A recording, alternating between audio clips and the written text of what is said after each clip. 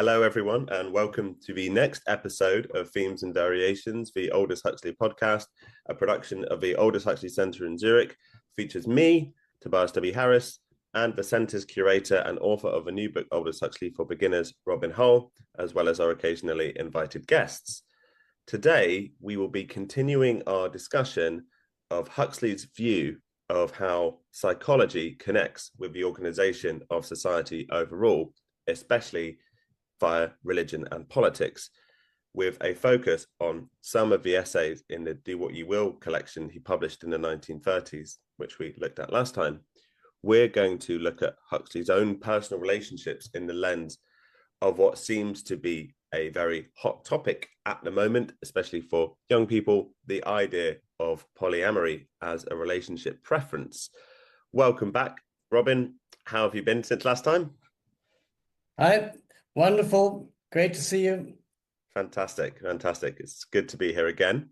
So I think that your recent book, Aldous Huxley for Beginners, probably goes a bit further than other works on his life in addressing what might seem nowadays to be a controversial or at least interesting aspect of his life. Huxley kind of matured as quite a young man into a set of people who engaged in practices that we might now see now using sort of modern language as non-monogamous or polyamorous relationships. So having multiple sexual or romantic partners at the same time. And I noticed that your book tries to address this head on and how it affected his future relationships. Other books about Huxley do comment on this, but from a slightly different perspective, maybe. And I wondered if you could tell us, based on what you have in the book, about the setup that Aldous Huxley had in his relationship with his first wife and his main life partner, Maria Nice. And of course, while we might use language like polyamorous to describe what was this set of kind of relationships, it also needs to be seen as of its time, and not seen anachronistically, like, projecting backwards onto something that may have not been seen at the same time. But yeah, maybe you could talk a little bit about that, the relationship with Maria. So yeah, please go ahead. Huxley loved Maria, and Maria loved Huxley. It stayed that way from the moment they got married to the year of her death. So both were profoundly true to each other. Huxley describes himself as an extreme cerebrotonic. What does that mean? It means that you are very much in the head, not enough in the body, and not always enough in the feelings, and that you have a frantic appetite for sex. So Maria was bisexual. Huxley was a pronounced heterosexual. Huxley understood that his wife occasionally liked to get close to other women, also perhaps physically, and he trusted that she would understand that by moments he would need to get a little bit closer physically to other ladies. At the outset of their marriage, things went wrong, most biographers feel, with Nancy Cunard. There, Huxley developed such a passion for her that he nearly went mad. And his wife may have had to evacuate him at some point from London to Italy to end this affair. The arrangement that ensued after this crisis with Nancy Cunard in the early 20s was that Maria would scout for the more attractive lady friends of hers who loved Huxley's books and suggest that maybe they appear for dinner with her husband and have a polite conversation, no courtship, because she knew her husband had no time for courtship, nor any wish to waste time on unnecessary exchanges of that order. But he would very happily dedicate a first edition to them, and they would then maybe after pudding withdraw, and the following morning Maria would receive back a very, very satisfied and pleasantly exhausted husband who was certain, however, not to wish to repeat the experience. That was the sort of arrangement, and in some cases, relations did become more permanent, as was Mary Hutchings, who was shared by Maria and her husband for a number of years. So there it became a ménage à trois. In other words, the private life of Huxley was quite avant-gardist, and quite creative. I don't believe he felt that this was a model to follow. So here we are again in the imaginary virtual surrounds of Huxley's library, destroyed in a fire in 1961, but here with us now. And first up, we're here to talk about what Huxley would say about dating apps. So Tinder, Hinge, etc. What we say about those. I would start off by saying that Huxley distinguished between the idea of making your own fun, creating, composing, playing music, writing, versus simply consuming media, whether that was reading or watching or listening to music and so on. And he really didn't think that consuming that kind of content was anywhere near as good as making your own fun, being creative, expressing yourself. And I think that dating apps, this might be controversial for him, would fall into the category of consuming, but almost consuming people that have been packaged up for you according to various stereotypes. Gotcha. Yeah. And I think there's an interesting thing to be said as well about the way that these apps are configured so that you have to swipe through person after person. And one of the things that I think is an interesting comparison to make is in Huxley's Education of the Amphibian essay. He talks about how we as people are made up of multiple selves and not selves. And one of these not selves that he talks about is that habit forming not self, which is the part of us that is formed essentially by habit and by repetition. And I think what's interesting about these apps is it is indeed like that physical habit of swiping through the app that actually governs your mentality towards the people on that app. You start to see them as not people, but things as commodities that you just swipe through, very much like you would just scan an aisle in a supermarket. Yeah, it's like the whole question of what he would have felt about smartphones and these much more addictive technologies that we have available to us. He's already imagining quite miniaturized devices that are quite amenable and accessible to everyday use. But anyone who's used dating apps will be familiar with that sensation of like idly kind of reaching for it to start swiping through. And that's a kind of automatic habit-based behavior that Huxley felt sometimes occupied maybe as much as 3/4 or 90% of our attention and time, and is really a loss of the self. It's not intentional at all. And I think he might have seen it as a form of this mass immersion in this dating app culture where we're all swiping, we're all having these really fragmentary conversations that aren't going anywhere, and these kind of unfulfilling dating experiences. That's almost like the kind of what Huxley would see as a downward self-transcendence that we see, for example, in Brave New World, where many relationships are encouraged, but none of them are allowed to be serious in any way. Yeah, right. So I think to kind of like summarize this a little bit then in terms of the dating apps, I don't think Huxley would have been terribly positive towards dating apps. I think he probably would have treated them with some form of skepticism. I think at best, maybe if I had to pick a platform, Huxley might have tried Field for a bit. He might have dabbled in Field maybe before ultimately deleting it and then trying to find some singles, I don't know, to put in his own class or something. Yeah, that is true that Huxley's polyamorous ways, especially in his late 20s and early 30s, would have led him more towards Field. But I disagree with you because he didn't need Field. He just had Maria Huxley, who was able to sift and sort his legions of adoring female fans and just like select them for these like weird little one-night stands. So, he just didn't need it. Yeah, she was like his pimp administrator. Yeah, exactly. Yeah, he had that kind of admin in real life. Sexual PA. Yep, and that's what Huxley would have said about dating apes. There's some interesting material in one of the biographical accounts, I think, by Murray, where we have Maria, I guess, struggling with before they married, where Huxley's true affections lay.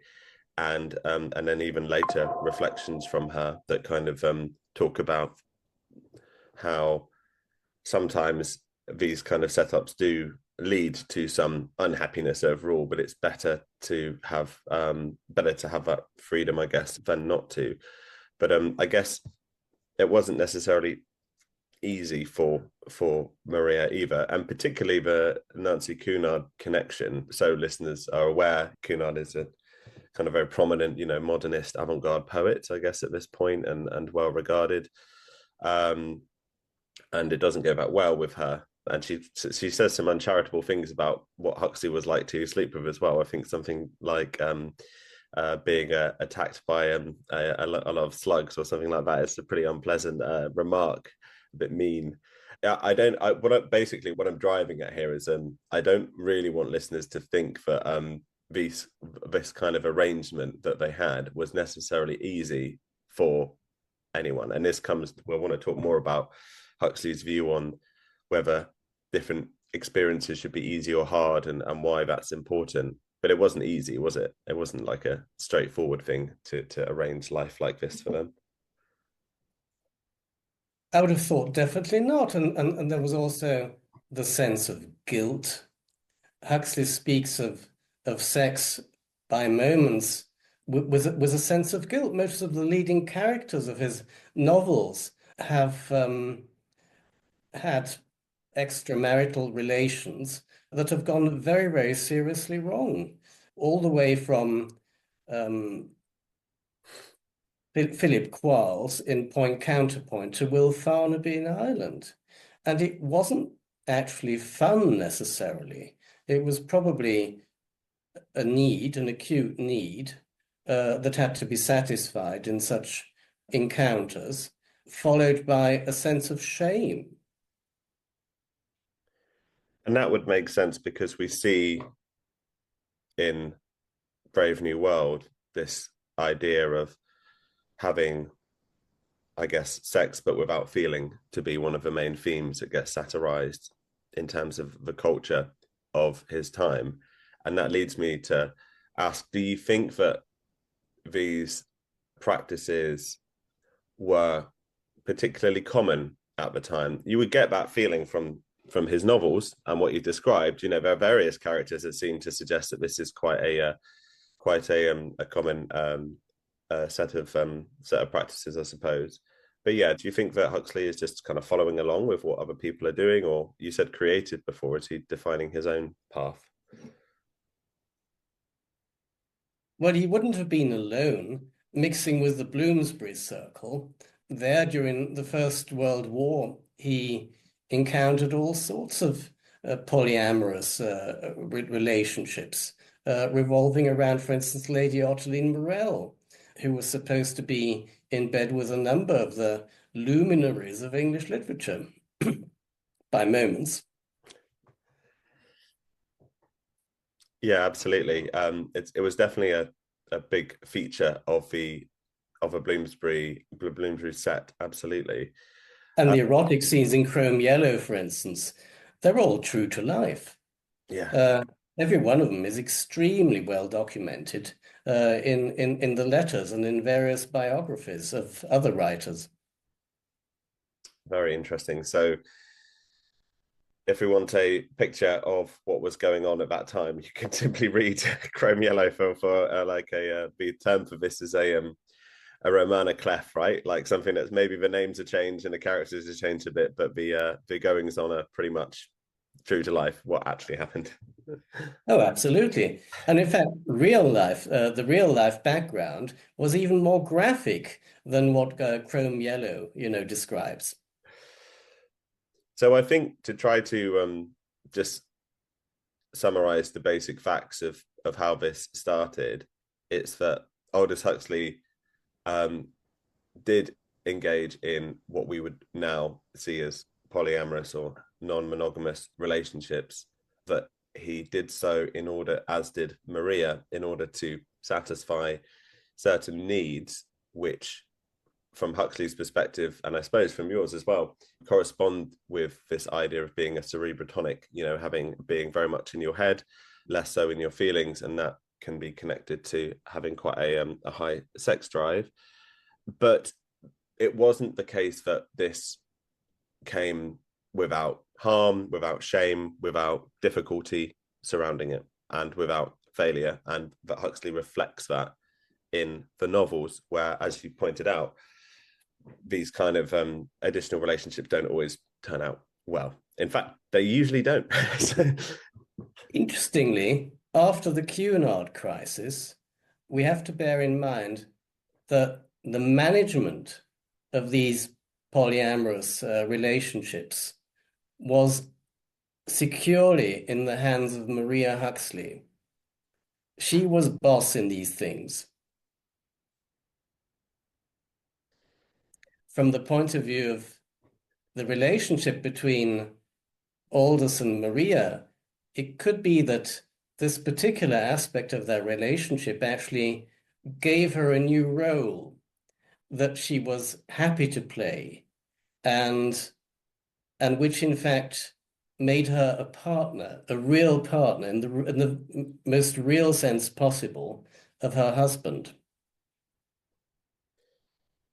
And that makes sense as well from an emotional perspective, because that means that she would have been able to prevent him getting hurt, which is one of her concerns after the Cunard affair, but also probably gives her a sense of control over the situation too, and familiarity over the situation, which would have been positive. And I think it's interesting what you say as being a true partner in every sense of the word, because that kind of suggests that to be a true partner to someone, you need to be a partner in all aspects of their lives, including the aspects that actually don't involve you in that way, right? Don't involve you sexually. You can still be a partner of that person, which I think is again, it seems like quite a bold idea, but I think it is an idea that's probably gaining more currency nowadays. I wanted to look at how these ideas and the relationships connect in maybe a less direct way to the essays that Huxley is writing during the 1920s and 30s. Because in this essay, which is called One and Many, he expresses what I see as a pretty strong preference for polytheistic religions over monotheistic religions. And just to explain, polytheism is this idea that there are multiple gods, a pantheon of gods, and there isn't a single god, and there therefore isn't a single approach, I guess, to truth or to morality overall. And it's quite a fascinating account, isn't it? Because he seems to be quite critical, but he also identifies a polytheistic trend within what we might see as a monotheistic religion of Christianity, because he's quite supportive of various aspects of the Catholic tradition and very critical, I think, of what we might describe as the Protestant Reformation that tried to bring Catholic Christianity back into more monotheistic lines. So I wonder if this sense of the multiple, the poly, so to speak, over the mono it seems to be quite a central concern, and it's not just religion; it's in other areas as well. But I wondered if you wanted to tell us more about where Huxley is at this kind of relatively early point in terms of his thinking about religion, and how it's possible to kind of say that we should be polytheistic in the 20th century, which is, for Western societies, a long time after polytheism had really had any real traction or sway in society. At that point in time, Huxley saw a link between the multiplicity of the ordinary self in man and the gods of Greece and Rome. He felt that the link between the gods of Greece and Rome and the pantheon of the human psyche was Homer. And he makes frequent references to Homer at that point in time because he regards Homer's works as an illustration of how the different aspects of ourselves, the different selves in us, conflict and relate, and very often add up to very little beyond perhaps anarchy and chaos. Under the influence of D.H. Lawrence, Huxley, at that point in time, argued that we needed to become more genuinely human by acknowledging our multiple selves and by accepting that we were multiplicities. The political implications were, of course, that we lived in societies that were at least as complex and messy as our personal selves. And under the influence of D.H. Lawrence, the main solution that he saw to the question of how we can become genuinely human was what he called balanced excess, to live out these different selves that manifest themselves in our minds, moment by moment, fully accepting them, fully acknowledging them, and trying to find some kind of balance between these different selves. There is a religious dimension, of course, the polytheism of the Greeks and Romans. There is, at that point in Huxley, also an acceptance of the saints of the Roman Catholic Church as an illustration of very much the same thing, each saint standing for different aspects of human nature, and also an interest in Hinduism, because there we have a world religion that still is polytheistic. And then there's the bodhisattvas in Buddhism, and there's the saints of Islam.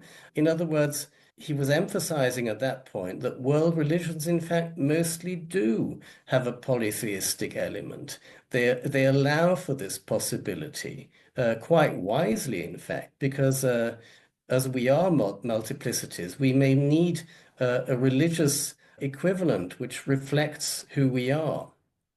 Absolutely. Later, of course, he changed his mind quite a bit, but that was after the death of D.H. Lawrence.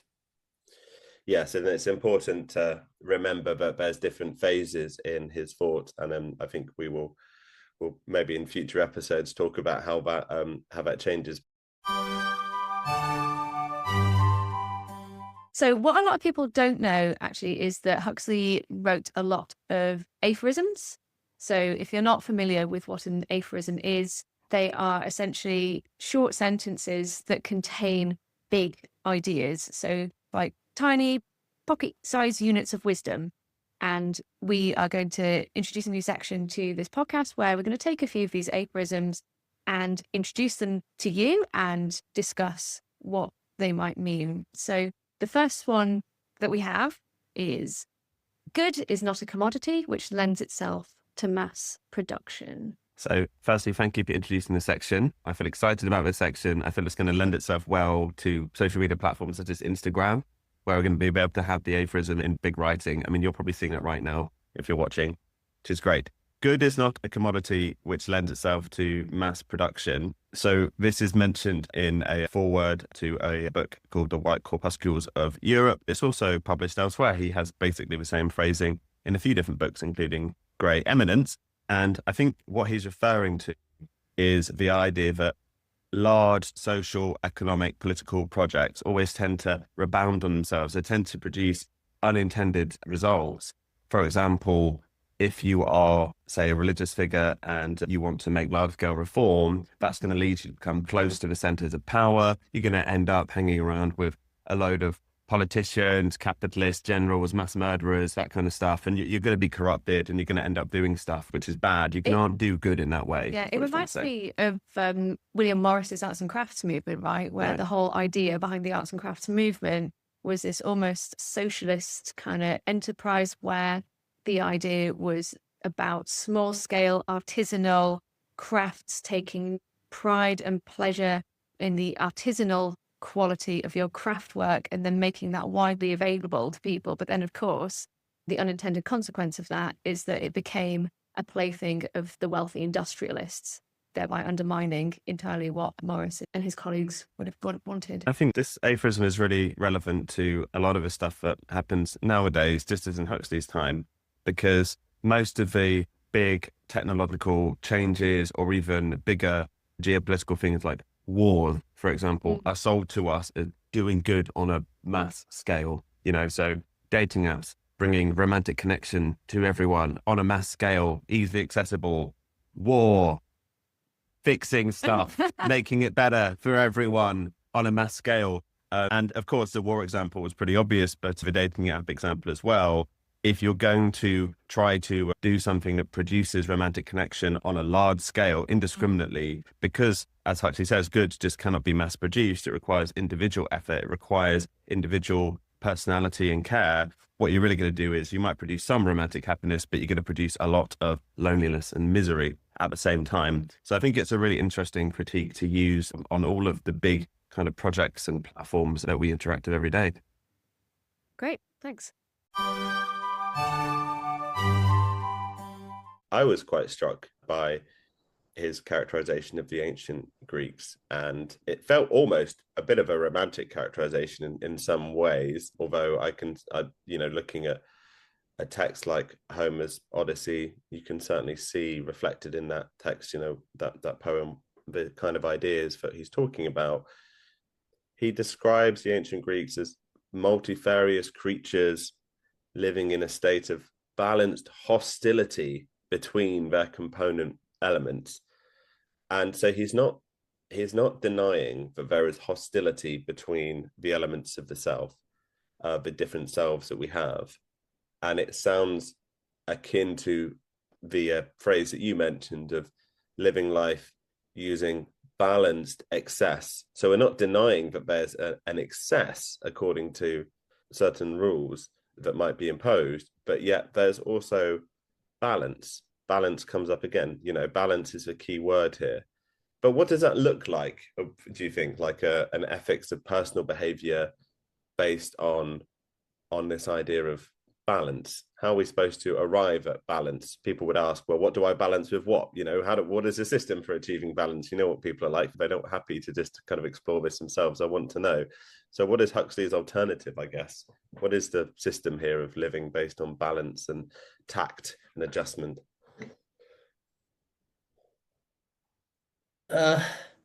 If one reads Huxley's Do What You Will essays, one assumes that the balance has to mysteriously appear in the ordinary self. It has to somehow occur when we accept these conflicting sides of ourselves as they appear moment by moment. And when we resist the temptation to become superhuman by chopping off the heads of all the selves that we don't like and keeping only the bits in ourselves that are saintly, wise, and, that correspond to our image of ourselves, perhaps successful or whatever it may be. Unfortunately, Huxley soon recognized the limits of this approach because if self-mutilation in an attempt to become superhuman was a very, very awful dead end to reach. He cites Pascal as an example of that. Where then was the balance to be found? He creates a complete and balanced character in the same year, or roughly at the same time, in Point Counterpoint. It's Rampion. Now, if we read Point Counterpoint, we see that Rampion is complete, authentic. He's happily married. He's one of the first characters in Huxley's novels to be happily married, and convincingly so. But the question is, how did he get there?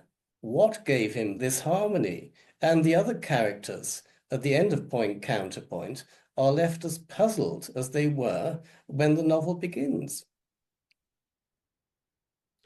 What I'm hinting at is that perhaps D.H. Lawrence didn't quite have the answer Huxley was longing for. Okay, so it's time again for Huxley's shit list, where we talk about stuff that Huxley just really hated. And this time we're going to do the nuclear family. We're going to turn to a very controversial and controversialist essay that Huxley published in the Evening Standard in 1930, and it is called Babies, State Property. Absolutely brutal. Over to you. Thank you. So again, this essay you can find published in Hidden Huxley. Oh, you can see it there in the Hidden Huxley, collected and edited by David Bradshaw. It is a corker of an essay where Huxley argues that the nuclear family is effectively in decline. I will read this quote and then we'll get into it a little bit more. So this is how he ends the essay. So great to start at the end. A really great approach. We're saving your time. So he writes, for the moment, however, there seems to be no doubt that the family is on the decline. The institution is disliked, as I have shown, both by the self-conscious individuals and also by the advanced Democrats, who are the enemies of anything that stands in the way of social solidarity. Against this double assault, the family cannot stand. A single generation has already profoundly modified the character of the institution. In 2 or 3 more generations from now, it will be unrecognizable. It will perhaps have ceased to exist. But as nobody with a personal experience of family life will then be alive, its decease will go unmourned and probably almost unnoticed. Wow. You didn't see, but I was doing lots of shocked expressions when you were reading that, just to kind of underline how controversial an opinion this is. Mm-hmm. So it might seem a bit bonkers because the family is still very much here with us today. It's probably worth mentioning this is quite a skeptical time in Huxley's life. Yes. There's quite a lot of burnout going on, and there's quite a lot of irony, I think, happening here. But it's responding to this real tendency that Huxley's seeing, which is as our desire for self-expression increases, we have less willpower to sort of punish children, to rear children, to orchestrate this big family, and more desire to self-fulfillment. So we want less children, we want a better standard of living, and ultimately we end up having smaller and smaller families. But in the essay, Huxley does make the point that it's big families that prepare children for life much better, because if you've got 8 or 9 brothers and sisters, that's like a little society on its own, is what he says. So it's does prepare you quite well, which is something I've certainly seen. But that's clearly incompatible with wanting to have your own life, your own self-fulfillment. So the conclusion is quite extreme, but actually I do think you can see this tendency towards smaller families, and especially for our generation, just sort of no family, becoming more and more pronounced. Well, yeah, absolutely. I mean, we have the whole DINK phenomena, right? Dual income, no kids. It's become a much more prevalent way of structuring one's life or one's relationship these days, more so than perhaps in generations gone by. So that trend has kept in line with, this more satirical take of Huxley's. Did Huxley predict the DINK? Perhaps he did. But I think it's interesting to tie this in with the family abolitionist perspective, another social political movement that views families as fundamentally antisocial institutions, actually, that privatize the care for the elderly and children, which actually that kind of care should have been provided by either a state or a broader society, but actually privatizes that labor of care into the hands of individuals, aka mum and dad. So the idea of the family also draws the lines of socially acceptable aid. For example, we have inheritocracy classes that insist that capital flows from parent to child. Now, people who fall outside of the family institution, these family units, they become almost social pariahs. So people who are single or aren't partnered up or haven't reproduced their own children, they are regarded as social pariahs in this way. So where the title baby's state property comes in is that ultimately the state will intervene when the family fails to do this work of care. So families are becoming smaller, they're becoming more detached, people are becoming less interested in providing care appropriately for children.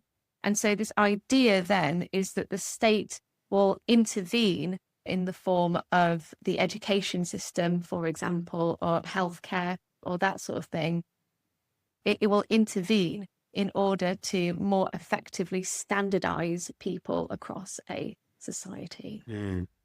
I think it's probably worth mentioning why Huxley took aim at the family so much in different ways, in a satirical way, in quite a serious way. And this perspective of babies being state property kind of blends the two. It's provocative, it's satirical, it's kind of critiquing the state taking over family life at the same time as suggesting we have willingly given up that institution. But as you said, it also resonates with modern family abolitionist perspectives.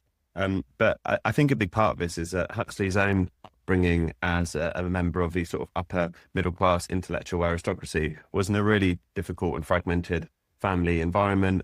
He just didn't see good outcomes from his own immediate family setup. He lost his mother, he lost his brother, he didn't get along that well with his dad. So, there's some personal stuff here as well. Another thing to add would be that also on Huxley's shit list would be the actual education system itself, which is now stepping in to do the work that the family would have done. So, the shit list goes on. But it didn't stop here, did it? We don't just have this really negative picture of the family being dissolved and the state taking over and turning everyone into a standardized robot. When we get to his utopian text, Island, we have a much more positive vision of abolishing the family, right? Yes, yeah, we do. So in Ireland, we have the mutual adoption societies where it's this picture of these so-called family units that are formed by volition rather than genetics.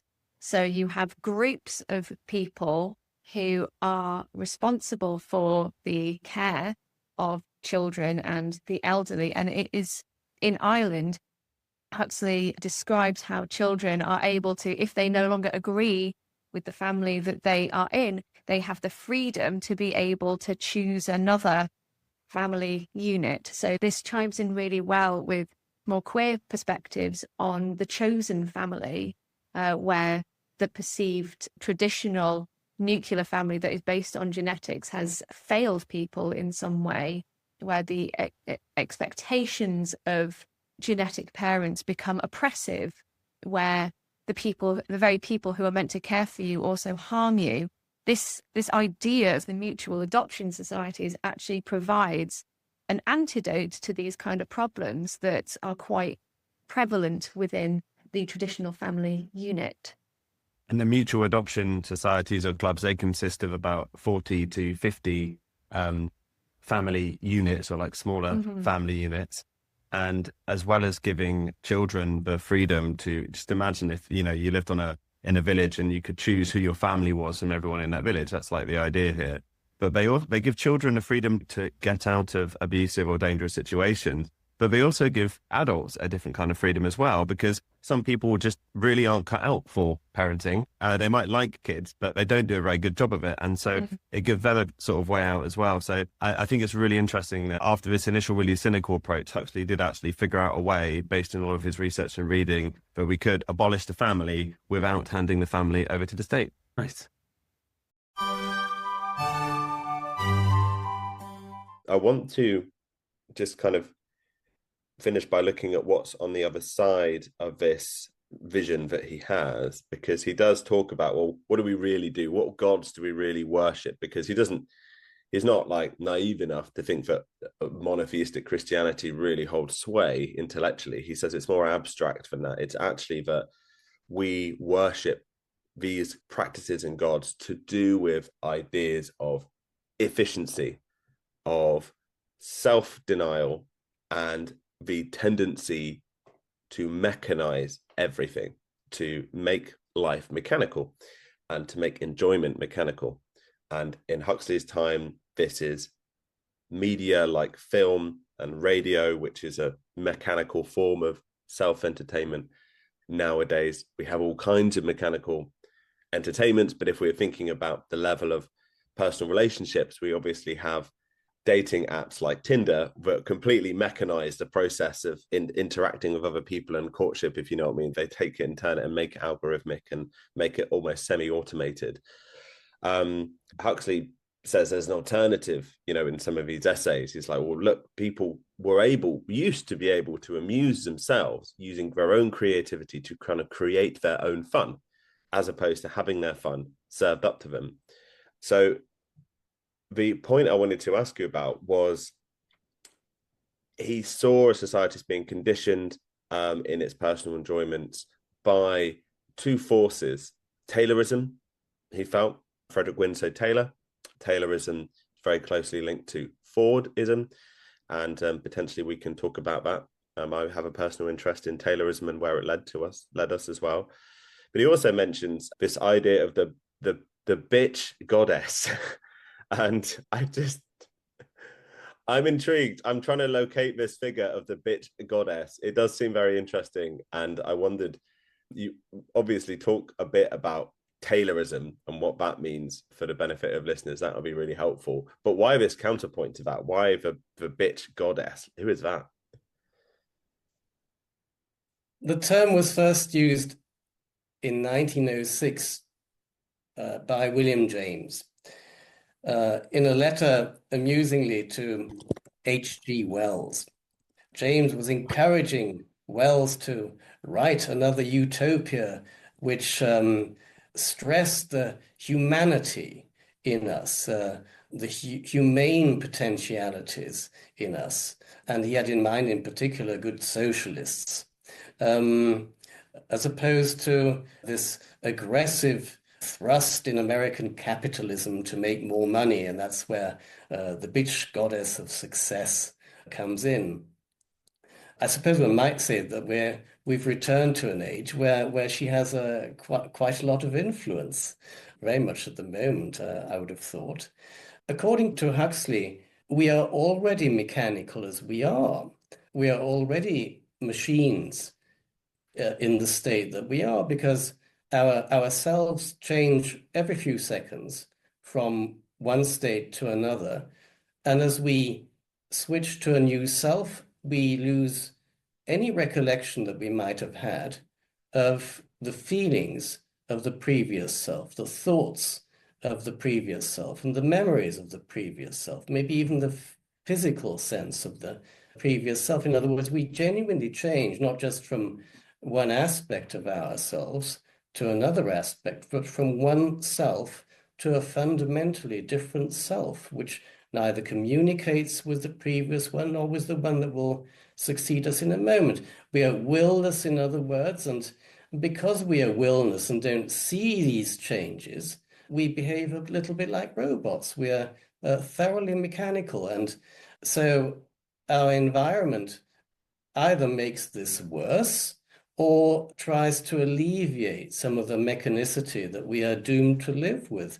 And the Morris dances of 19th century England and the dressmaking and the creativity of country life, the singing, all these things Huxley felt were able to bring people together again and create a little bit of unity, at least by moments. In a moment of joyful singing and dancing, for instance, whereas the distractions of the 20th century made the mechanicity that we already have in ourselves a lot worse by dragging us even more into this world of illusion that our ordinary self was in, because it believed it was one harmonious, large, consistent self. We live with this delusion all the time. I do. And it takes shocks to recognize that we are, in fact, probably not at all like that. So the single-minded pursuit of money, the bitch goddess, the single-minded pursuit of efficiency, Taylorism, and all that. Huxley was convinced that psychologically it meant that we become even more like robots, living in that kind of environment. And mass entertainment, which appeared in the 20s in full force, the wireless, and the first films with soundtracks, and the printed mass media, followed later on by television. Huxley was convinced that these distractions made us even more entrenched in this inner prison that we sadly live in. Yeah, there's this interesting development, I think, in if you think of those two themes of efficiency and a pursuit of money or business success, in the form of during World War One, we start to see gun sights that are self-stabilizing. You know, like you can point your gun somewhere, point your artillery shell somewhere, and rather than have to figure out where it's actually going to land, the machinery does the job of moving the actual gun around to try to stick where that line of sight is. And this kind of technology, these self-stabilizing mechanisms, becomes really, really important, you know, for the future of how the 20th century will unfold. And it's linked to this idea of performance overall, high performance. And I guess the challenge with performance, the ethical challenge, is performance for what? Performance to what end?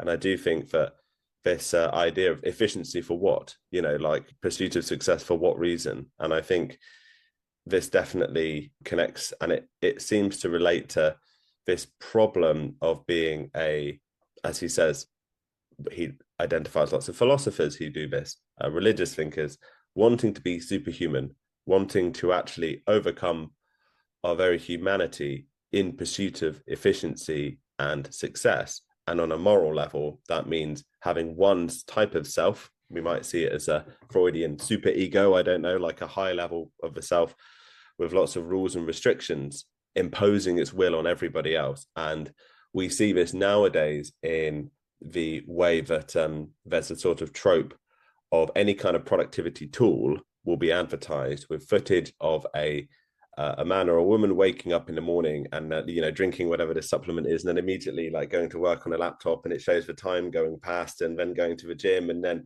having structured forms of enjoyment, and then going to bed and living this perfectly mechanical, optimized life, which is, of course, it's utterly nonsense. You know, no one really manages anything like that in their day-to-day life. But it seems to be connected, doesn't it? This idea that you can be superhuman rather than accepting the fact that you are simply human and you have limitations as a human, things you'll never know as a human, I suppose. And another question that it begs is, can we be genuinely happy robots? And Huxley's fiction suggests that we probably can't, because in order to be a happy robot, we have to be deaf to 99% of what we are. And the whole drive for success and money, status, and such like is unfortunately something which strengthens our egos, not the true selves that we maybe have in our mind body, but rather this imposter, this false personality, which rules the roost during much of our waking existence. So we're not just mechanical, we're also unbelievably selfish and deaf, not just to ourselves, but to the outside world. And this pursuit of the bitch goddess and of efficiency is very likely to make matters a lot worse than they already are. I think that's what he's trying to say between the lines in Do What You Will, and we find it later on in Brave New World, spelt out in a very clear way. Absolutely. Yeah, one line that stood out for me is he says the only remedy to this is systematic inconsistency, which seems to be a bit of a contradiction, but it's this idea of taking the acknowledgement that we are inconsistent. You know, he says in another essay in this collection on Swift, our minds, like our bodies, are colonies of separate lives existing in a state of chronically hostile symbiosis. And the soul is in reality a great conglomeration of souls, the product of whose warfare is our behavior at any given moment. And that there is a remedy to this, which is being systematic about the fact we are inconsistent, as opposed to trying to repress that, trying to kind of shut that down. And I think he was searching at this point for a solution to the human condition without grace. How far can we go without divine grace, without help from somewhere else in ourselves to become truly human? And Do What You Will illustrates what the point was that he'd reached in his thoughts at that point in time. Interesting. Yeah. And that's something that I think is going to drive our next conversation, having established the basics at the level of personality and individual relationships, look at what that could look like politically, what it could look like as a system that might work at this point in time. Maybe at some point we'll even talk about Brave New World. I know it's coming down the track at some point. That is going to happen at some point. It has to happen. Otherwise, no one, people will be disappointed. But I like the idea of holding it off a bit. So it doesn't. There is a risk, isn't there, that we might be talking about Brave New World? There's a risk there. Maybe we'll just treat it as a risk and try to head off. But for now, we'll leave it there. So Robin, thank you once again for a very fascinating conversation. Thank you.